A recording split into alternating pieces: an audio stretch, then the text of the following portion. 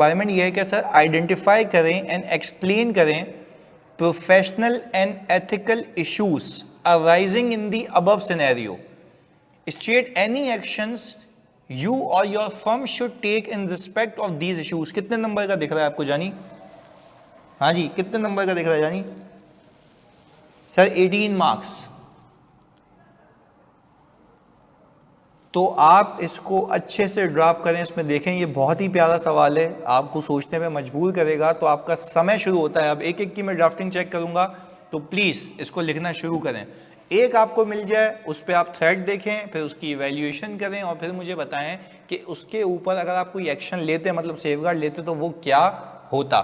सही है जी, शुरू करें। जूनियर को देखो, वो कह रहा है Frank Scander was the engagement partner until वो अक्टूबर 2009 में रिटायर हो गया। अच्छा मुझे एक बात बताओ, आप मुझे जल्दी से एक बात बताओ, देख के बता दे थोड़ा जल्दी। हाँ अच्छा देखिए, मेरी बात समझिए प्लीज। देखिए आप लोगों को एक चीज समझनी होगी यहाँ पे। वो कह रहे हैं कि भाई, बच्चे कह रहे हैं कि सर वो तो रिटायर हो चुका है, वो तो रिटायर हो चुका है, पर आपने अपनी अकल को चलाना है थोड़ा। मुझे एक बात बताओ, ईयर एंड क्या है? जल्दी लिख के दो, ईयर एंड क्या है? ईयर एंड क्या है इसमें देख के बताओ, जल्दी देख के बताओ। 31 दिसंबर, ऐसा है? अच्छा मुझे एक बात बताओ, जब 31 दिसंबर मेरा ईयर एंड है, तो ये एंगेजमेंट पार्टनर कब तक रहा है? अक्टूबर तक।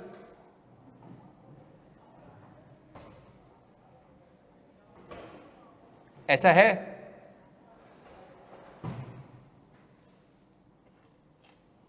तो भाई मुझे एक बात बताओ, इस पार्टनर को तो सारी चीजें पता होंगी ना, इस पार्टनर को तो सारी चीजें पता होंगी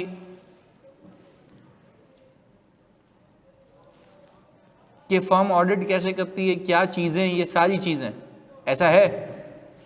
तो पहली चीज तो ये क्लियर कर लो कि इसमें ये अभी एज ऑफ नाउ कोई एंगेजमेंट पार्टनर नहीं है। यानी फ्रैंक जो है वो एंगेजमेंट पार्टनर की पोजीशन से रिटायर हो चुका है, इवन फर्म से, इवन फर्म से जा चुका है। बट इसमें जो थ्रेड है, इसमें जो थ्रेड है वो किस चीज का है? सर इसमें थ्रेड इस चीज का है। अच्छा देखो, अब जैसे बच्चों ने ऊपर लिखा, अब जैसे बच्चों ने इसमें ऊपर लिखा कि सर उसको हटा देंगे, क्या उसको हटाएंगे या वो ऑलरेडी एंगेजमेंट का पार्ट नहीं है? पहली बात, हाँ जी, क्या उसको हटाएंगे या वो एंगेजमेंट का पार्ट ही नहीं है ही नहीं पार्ट, ऐसा ही है। तो इसमें मैं आपको एक बात बताऊं, इसमें आपको याद होगा कि जब यहां का बंदा वहां जाता है तो हम उससे कोई एसोसिएशन नहीं रखते। Very good. नहीं, recent services at audit client नहीं है, गलत। वो वहां से यहां आने वाला होता है, ये यहां से वहां जा रहा है। ऐसा है? हमें उसके जितने भी ड्यूज हैं वो क्लियर कर देने चाहिए। कुछ याद आ रही है ऐसी चीजें?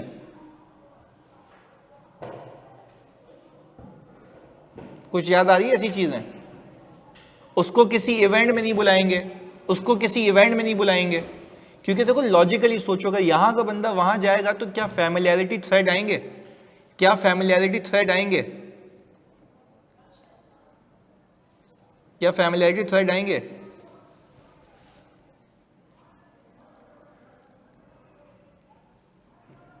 सब याद आ रहा है ना? लेकिन हाँ ऐसा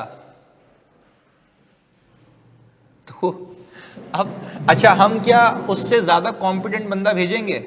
हाँ जी, उससे ज्यादा कॉम्पिटेंट बंदा भेजेंगे। अच्छा आप मुझे बताओ, कितने लोगों ने गलत लिखा था क्योंकि जल्दबाजी कर दी थी? कितने लोगों ने गलत लिखा था? सौलिया ने लिखा था, ओके।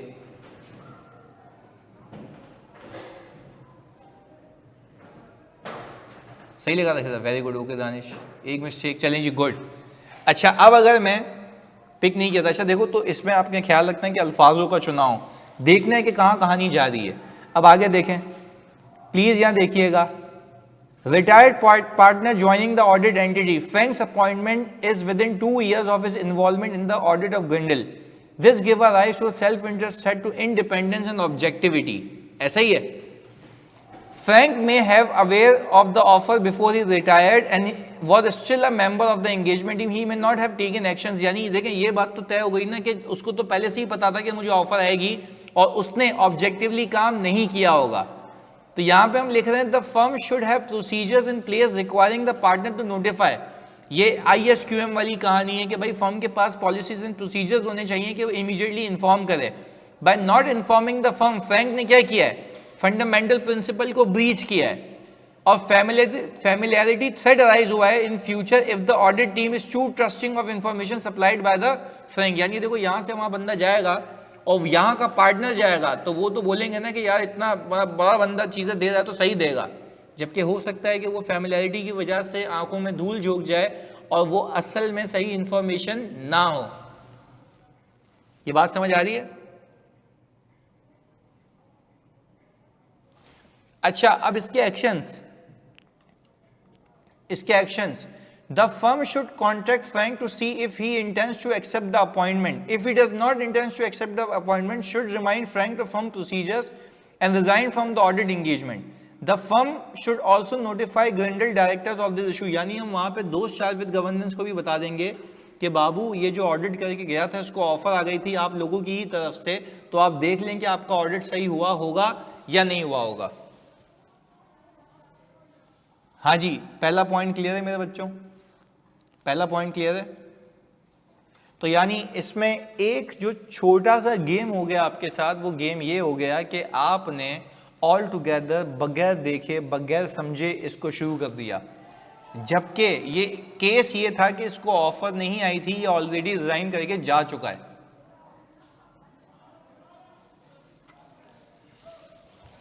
सिर्फ इसमें क्लैरिटी ये नहीं है क्या उसने वहां पे ज्वाइन किया या नहीं किया, सही है? खैर आगे, अब मुझे एक बात बताएं, यहां पे लिखा हुआ है the audit junior responsible for the cash section of audit assisted Grindle with the preparation of the year-end bank reconciliation.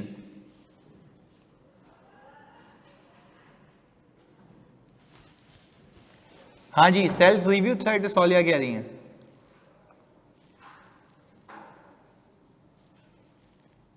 अच्छा, अहमद कह रहे थे इससे ऊपर वाले केस में सर जा चुका है फिर भी एज ए पार्टनर एक्ट कर रहा है। नहीं, गलत। भाई मुझे बताओ, इससे पहले वाले केस में मेरे बच्चों क्या वो रिजाइन कर चुका है? हाँ या ना में जवाब दो। सर रिजाइन कर चुका है, तो फिर मुसीबत किस चीज की है? फैमिलियरिटी की और इंटिमिडेशन की है ना, फैमिलियरिटी और इंटिमिडेशन की है ना पार्टनर की, ऐसा है?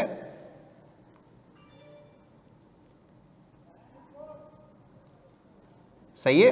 तो ये जो जूनियर है, ऑडिट जूनियर, जो कैश एंड बैंक सेक्शन कर रहा है, रिकंसिलिएशन भी ये बना के आया, तो मुझे बताओ अगर रिकंसिलिएशन में कोई भंड निकला तो क्या ये कभी कहेगा कि मैंने गलत किया था? तो यहां पे खिजर ने लिखा है the audit junior responsible for cash has prepared bank reconciliation statement, this creates a self review thread to comply with the principle of objectivity. Very good. Restructure कर दें उसकी रिस्पॉन्सिबिलिटी को, और रीस्ट्रक्चरिंग पॉसिबल नहीं है तो रिव्यू अपॉइंट कर लें। वेरी वेल रिटन भाई, वेरी वेल रिटन।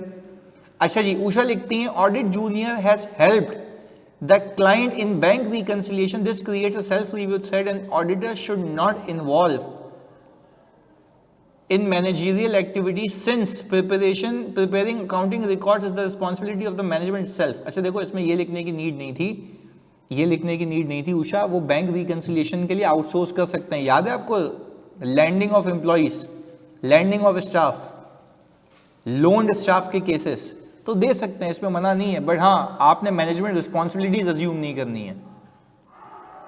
अब यहां पे लिखा आपने room the team member, okay जी, inform audit team of the relevant duties, ये थोड़ा सा हटा दें आप। Review the work perform by the audit junior, review हो जाए, दूसरा बंदा रिव्यू कर ले, ये सारी चीजें उसकी स्ट्रक्चर कर दो रिस्पॉन्सिबिलिटीज। हाँ जी, बाकी बच्चों क्या हो गया, लिखो ना। तकवा ने लिखा है, खिजर ने लिखा है, उषा ने लिखा है, बाकी क्या मर गए हो क्या?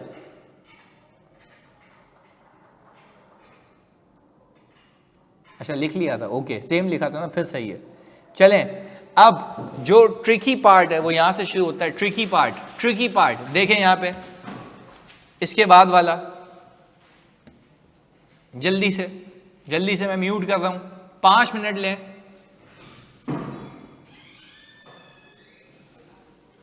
अच्छा भाई जरा आप एक बात बताएं दानिश को प्लीज, यार सारे बच्चों बताओ, कैश एंड बैंक कैसे रेलेवेंट है बैंक रिकंसिलिएशन के लिए, जरा इसको बताओ भाई।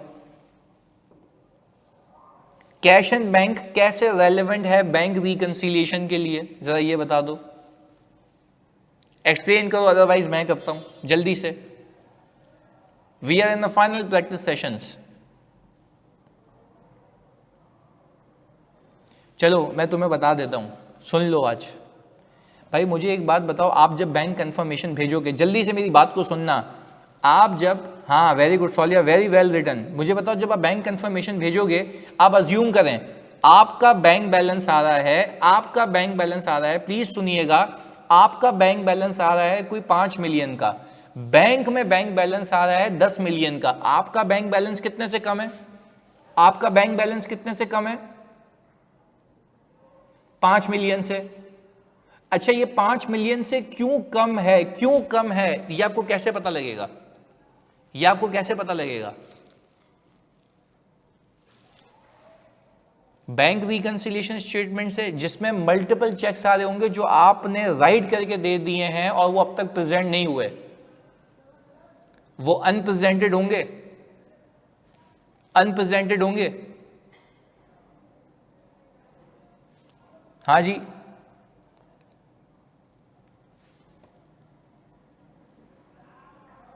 ऐसा है। अच्छा तो जब वो अनप्रेजेंटेड होंगे तो मुझे आप एक बात बताएं, अनप्रेजेंटेड के लिए आपको एक एक करके वेरीफाई करना होगा कि वाकई में वो जेन्युइन पेमेंट थी या नहीं थी, तो वो तो बैंक रिकंसिलिएशन से ही पता लगेगा ना भाई।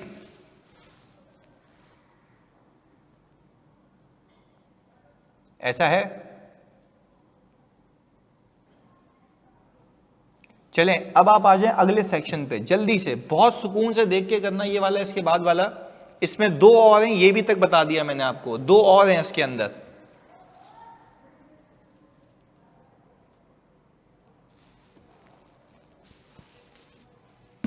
ये तुम लोगों ने कर लिया ना, मजा आ जाएगा मतलब। हाँ जी, सोच के लिखो, सोच के लिखो, नो जल्दबाजी।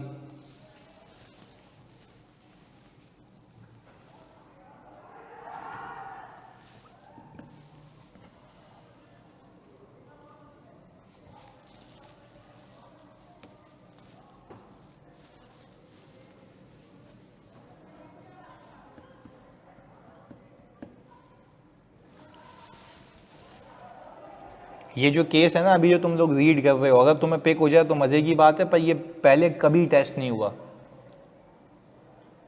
ना। गलत गलत गलत सॉलिया, इसमें एक चीज है जो आप लोगों ने पिक करनी है।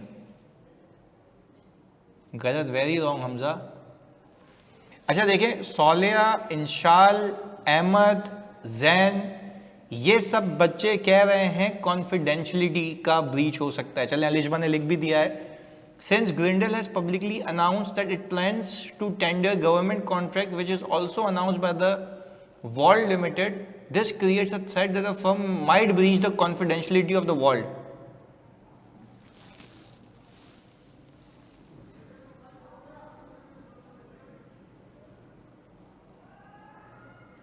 अच्छा वेरी गुड खिजर। अच्छा आप मुझे एक बात बताओ, ये बिल्कुल सही पिक किया भाई, बहुत अच्छी बात है, बिल्कुल सही पिक किया।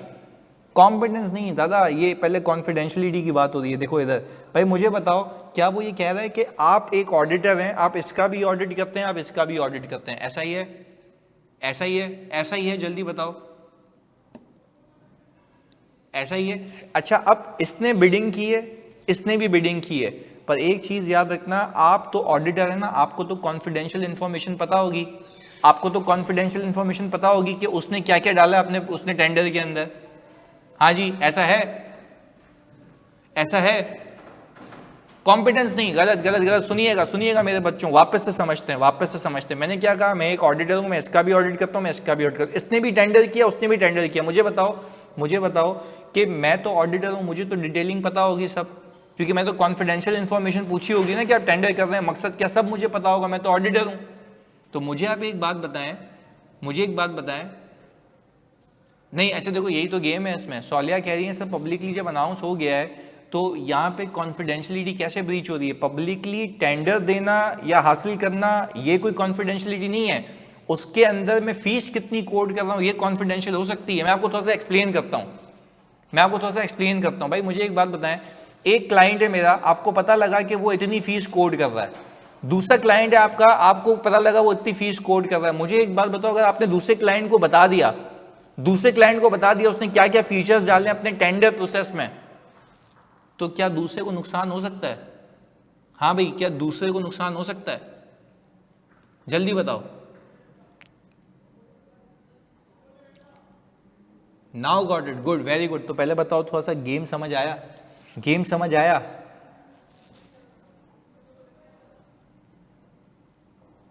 अच्छा भाई दानिश को जवाब दे दो भाई, क्या फी पब्लिकली कोई अनाउंस करेगा? टेंडरिंग का मतलब समझो पहले, टेंडर का मतलब होता है कि गवर्नमेंट, आप कभी अखबार खोल के देखें, गवर्नमेंट को अगर कोई काम करवाना होता है तो वो अखबार में इश्तिहार देती है कि डिफरेंट डिफरेंट कंपनीज टेंडर जमा कराएं, कि वो कितनी फीस लेंगी, क्या स्टाफ होगा, उनकी कॉम्पिटेंसीज क्या है, उन्होंने पहले क्या काम किया हुआ है। जैसे मैं अपनी एग्जांपल दूं, मैं जब फर्म में था तो बाकी सारी फर्म्स के साथ हमने भी टेंडर किया था सिविल एविएशन के लिए। तो सिविल एविएशन को चाहिए यह था कि उनको लैंड और बिल्डिंग अलग करवानी थी पीपी और IS 40 में, तो उसका असाइनमेंट हमें मिला था। पर उसके असाइनमेंट की बाकी फर्म्स ने क्या बिडिंग की, अगर मुझे पहले से ही पता होता तो मैं क्या करता? जल्दी बताओ। हाँ जी, जल्दी बताओ। अगर मुझे पहले से ही फी पता होती तो मैं लोअर कर लेता। अच्छा, अगर मैं लोअर कर लेता तो मुझे बताओ क्या मुझे बेनिफिट मिल जाता? हाँ जी। तो अब इसको इस पैरामीटर से देखो, इसने भी पब्लिकली अनाउंस किया है कि मैं टेंडरिंग के लिए अप्लाई कर रहा हूं, इसने भी पब्लिकली अनाउंस किया मैं टेंडरिंग के लिए अप्लाई कर रहा हूं, यानी दोनों टेंडर जमा कराएंगे। अब गवर्नमेंट के ऊपर है वो किसको टेंडर देती है, पर अगर मैं इसका भी ऑडिटर हूं, मैं इसका भी ऑडिटर हूं, और इसकी कॉन्फिडेंशियल इंफॉर्मेशन गलती से यहां पर निकल जाए, या इसकी कॉन्फिडेंशियल इंफॉर्मेशन गलती से यहां पर निकल जाए, तो क्या मैं ये कह सकता हूं वो एक अनड्यू बेनिफिट ले लेगा? अनड्यू बेनिफिट ले लेगा, ऐसा है? ये तो वही बात हो गई ना कि प्रेजेंटेशन देने जा रहे थे स्टेज के ऊपर और पहले ही पता लग गया दूसरा वाला क्या प्रेजेंटेशन देने वाला, आपने भी वही बोल दी, तो सामने वाला बोलेगा मेरी स्पीच तो ये बोल गया, मैं क्या करूंगा अब? तो इससे नुकसान। अच्छा, अब कॉन्फिडेंशियलिटी के प्रिंसिपल को जरा लिंक करते हैं यहां से। आपको तो मैंने सिखाया है ना कि कॉन्फिडेंशियलिटी का प्रिंसिपल आपने हर तरीके से मैनेज करना है, यानी आपने कोई इनएडवर्टेंट डिस्क्लोजर भी नहीं देना। कौन सा डिस्क्लोजर बोला? इनएडवर्टेंट। हाँ, वेरी गुड। तो यहां पे कैसे लिखते हैं? Be aware about the disclosure including inadvertent disclosure. Very good, ऐसा है। यानी भाई देखो, बाज औकात आप खुद देखें ना, आप बाज औकात ऐसे ही बैठे हुए होते हैं, इवन मैं इतने क्लाइंट्स करता हूं, बैठे होते हैं, मुंह से निकल जाती है बात यार, जिक्र में। जैसे फॉर एग्जांपल CFO से कभी आप बात करें किसी और कंपनी की, बता रहा हूं मैं तो बहुत ख्याल रखता हूं उसका, पर फिर भी एक कंट्रोल होता है। आप CFO से बात करते हैं, CFO बोलता है आप बताएं आपने ऐसी किस कंपनी पे एडजस्टमेंट करवाई है, तो फिर उसको बताना पड़ता है दबे अल्फाजों में। तो वो इनएडवर्टेंट डिस्क्लोजर भी नहीं होना चाहिए। पहले बताओ, बात क्लियर है? हाँ जी, जल्दी बताओ मेरे बच्चों। Very good. अच्छा पहले बताओ, अब ये एथिक्स का एक तगड़ा सवाल है, अब ये मजे का सवाल है एथिक्स का, जिसमें आपको पता लगा कि हाँ यार ये चीजें आ रही हैं। Very good. अच्छा अब इसमें आप और बताएं और क्या है? बेहतरीन सवाल था, थैंक यू जी। अच्छा आप मुझे बताओ और क्या मसला है, और क्या भंड है इसमें, और क्या पंगा है, जल्दी बताइए जी। Intimidation, threat, professional competence. Very good, very good, बेहतरीन, बेहतरीन हो गया जी। क्यों ये कॉम्पिटेंस का मसला? इसलिए क्योंकि वो जूनियर को जानबूझ के कह रहा है कि तेरी छुट्टी बंद कर दूंगा, तेरे को लीज पे नहीं जाने दूंगा अगर तूने ये नहीं किया, अगर तूने ये नहीं किया। तो ये इंटिमिडेशन, थ्रेट और professional competence and due care का प्रिंसिपल यहां पे ब्रीच होता है। यस, बिल्कुल ऐसा है। चले ये तो मैं आपको दे दूंगा, ये आप रीड कर लीजिएगा। देखो, pressure from audit manager as the audit work of the senior member has been assigned to the junior of the team, this will breach the principle of professional competence and due care. very well written यार मूसा, very well written। अच्छा अब आज तक जो सवाल नहीं आया वो मैं तुम्हें दिखा रहा हूं, बहुत फोकस होकर देखिएगा मेरी जान मेरे बच्चों। यहां पे लिखा हुआ क्या है? Describe the role of each of the following aspects. Please मेरी बात सुनिएगा। Describe the role of each of the following aspects of a firm system of quality control. यानी आपने ISQC पढ़ा हुआ है, ISQC के अंदर फर्म अपने इंटरनल कंट्रोल्स भी लगाती है, फर्म के कंट्रोल्स होते हैं, वो फर्म के कंट्रोल्स होते हैं। ये सवाल आज तक नहीं पूछा उसने, और इसको वेरी इंपॉर्टेंट मार्क कर लेना क्योंकि पूछ सकता है। देखो अगेन मैं इसको रीड कर रहा हूं, क्या लिखा हुआ है मेरी जान मेरे बच्चों, डिस्क्राइब करें role of each of the following, यानी जो नीचे लिखा हुआ है फर्म के क्वालिटी कंट्रोल में इस रोल का क्या अमल दखल है। यानी अगर ऑडिट मैनेजर रिव्यू करेगा ऑडिट वर्क तो ये क्वालिटी कंट्रोल कैसे है, ऑब्जेक्टिव्स बताने हैं फर्म के। दूसरा, an engagement quality control review, जल्दी बताएगा तुम में से कोई एंगेजमेंट क्वालिटी कंट्रोल रिव्यू कौन होता है? हाँ जी, कौन होता है एंगेजमेंट क्वालिटी कंट्रोल रिव्यू? कौन होता है मेरे बच्चों, जल्दी बताओ। गलत, एंगेजमेंट पार्टनर नहीं होता, very wrong, very wrong, engagement partner नहीं होता, गलत। एंगेजमेंट पार्टनर तो साइनिंग पार्टनर होता है, दूसरा पार्टनर होता है, वेरी गुड, दूसरा पार्टनर होता है, थर्ड पर्सन होता है, जो कि क्या करता है, जल्दी बताओ, जो कि क्या करता है, जो कि क्या करता है। देखो बोल रहा रोल बताओ, बोल रहा रोल बताओ, इन सब में रोल देखो। आपको मैंने बोला कि भाई इस बंदे का क्वालिटी कंट्रोल में क्या रोल है, हाँ बात, रिक्वायरमेंट समझ आ रही है, जल्दी बताओ, रिक्वायरमेंट समझ आ रही है, इस बंदे का क्वालिटी कंट्रोल में क्या रोल है, ऐसा है। क्या वो हमारी क्रिटिकल जजमेंट्स को असेस करेगा, क्या रिस्की एरियाज में पार्टिसिपेट करेगा, क्या वो मेरे वर्किंग पेपर्स को रिव्यू करेगा, हाँ या नहीं में जवाब दो, ऐसा है। Very good. क्या वो, प्लीज सुनना, क्या मैं, प्लीज सुनना, वापस से कह रहा हूं, क्या मैं अपनी रिपोर्ट उससे ओके कराए बगैर साइन कर सकता हूं? क्या मैं अपनी ऑडिट रिपोर्ट उससे ओके कराए बगैर साइन कर सकता हूं? नहीं कर सकता। तो मुझे बताओ, ऐसा सवाल भी तो पूछ सकता है ना एग्जामिनर। आ गया ISQC से सवाल, आज तक नहीं आया, ये देखो तुम्हारे सामने, ये देख लेते हैं, इसमें से देख लेते हैं, ये देखो EQCR।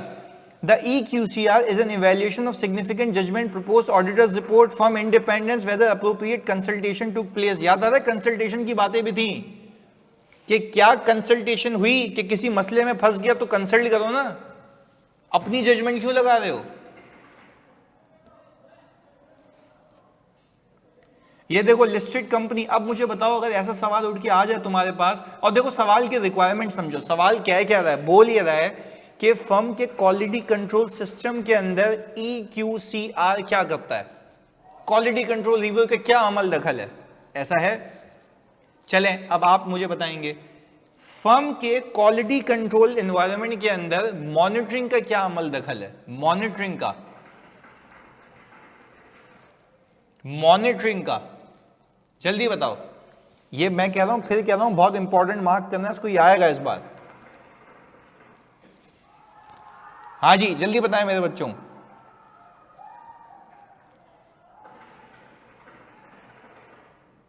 मॉनिटरिंग का मैं बताऊं, हेल्प करूं।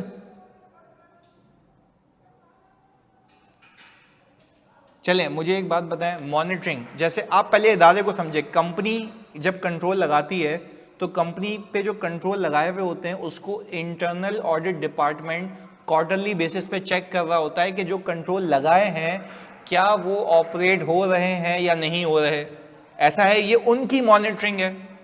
तो हमारी मॉनिटरिंग भी होती होगी ना फर्म में, तो मैं आपको बताता हूं हमारी मॉनिटरिंग कैसे होती है। मैं आपको प्लीज सुनिएगा फोकस के साथ, मैं आपको बेसिक एग्जांपल दे रहा हूं। मैं करता हूं 6 लिस्टेड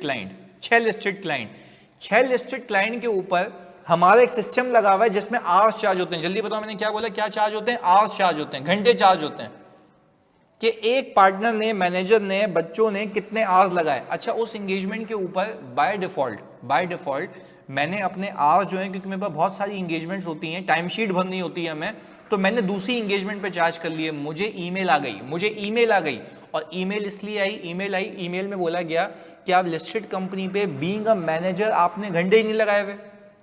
तो ये कैसे पकड़ा गया, जल्दी बताओ, ये कैसे पकड़ा गया।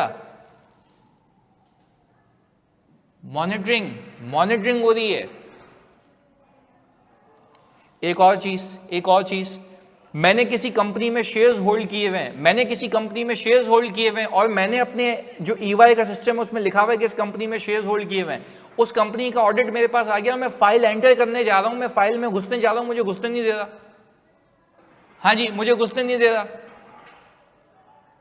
मॉनिटरिंग, कंट्रोल, पर कंट्रोल की मॉनिटरिंग है।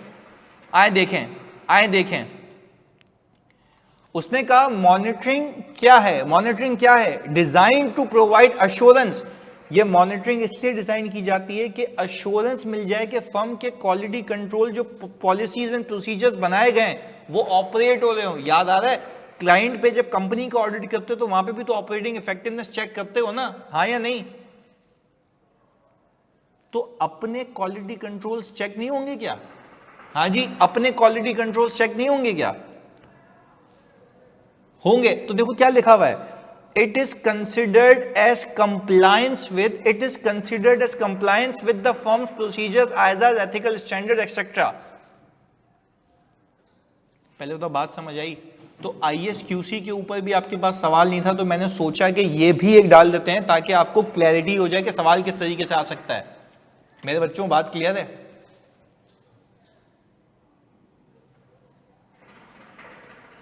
Very good, very good. अच्छा, अब आप मुझे बात बताएं, फर्दर एथिक्स के सेशन रखने हैं या कोई और topic? Up to you guys.